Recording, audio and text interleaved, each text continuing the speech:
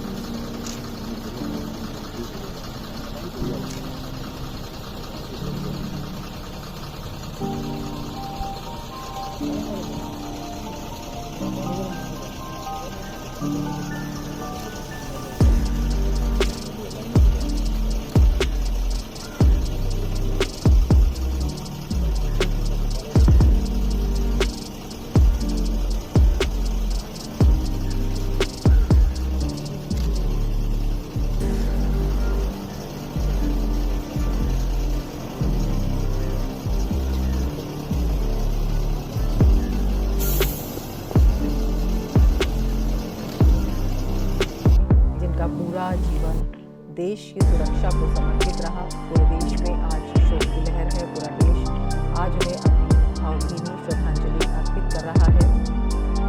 उनका शौर्य, उनकी वीरता, उनके त्वरित निर्णय लेने की क्षमता और इसके साथ ही सामंजस्य का जज्बा अपने आप में अतुलनीय था। चाहे पहाड़ हो या जंगल, कश्मीर के आतंकी हो या उत्तर पूर्व की इंसर्जेंसी, हर भूमिका में जनरल रावत ने उल्लेखनीय काम किया। उनका जीवन अपने आप में एक मिसाल है। वो एक ऐसे योद्धा रहे जो ऊंची चोटियों पर लड़ने और दुश्मन के दांत खट्टे करने में कोई भी कोताही नहीं करते थे। वो एक ऐसे योद्धा रहे जिनकी काउंटर इंसर्जेंसी ऑपरेशन की महारत ने भारतीय सेना को कई विजय दिलाई और कई आतंकियों को काल के गाल में भेज दिया।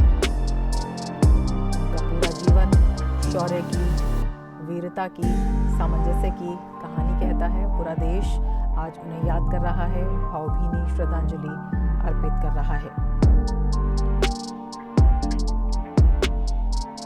जनरल बिपिन रावत की शानदार उपलब्धियों के कई पड़ाव हैं।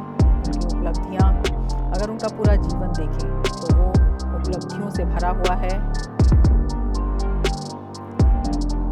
हमारे संवाददाता अभिषेक झा इस वक्त हमारे साथ जुड़े हुए हैं।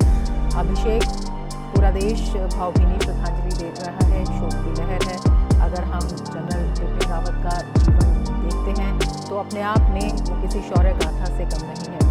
किस तरह की एक कमी महसूस की जा रही है, किस तरह से श्रद्धांजलि अर्पित की जा रही है, किस तरह से उनके जीवन से प्रेरणा का संकल्प लिया जा रहा है। जनरल रावत निश्चित रूप से भारतीय सेना के उन ऑफिसर्स में से याद किए जाएंगे जिन्होंने सामने हमेशा एक मिसाल रखी। एक नेतृत्व करने के अलावा वो लोगों के सामने बहादुरी की, अपने कमिटमेंट को लेकर हमेशा आगे रहे और ताकि लोग उनसे सीखकर उनका अनुसरण कर पाएँ।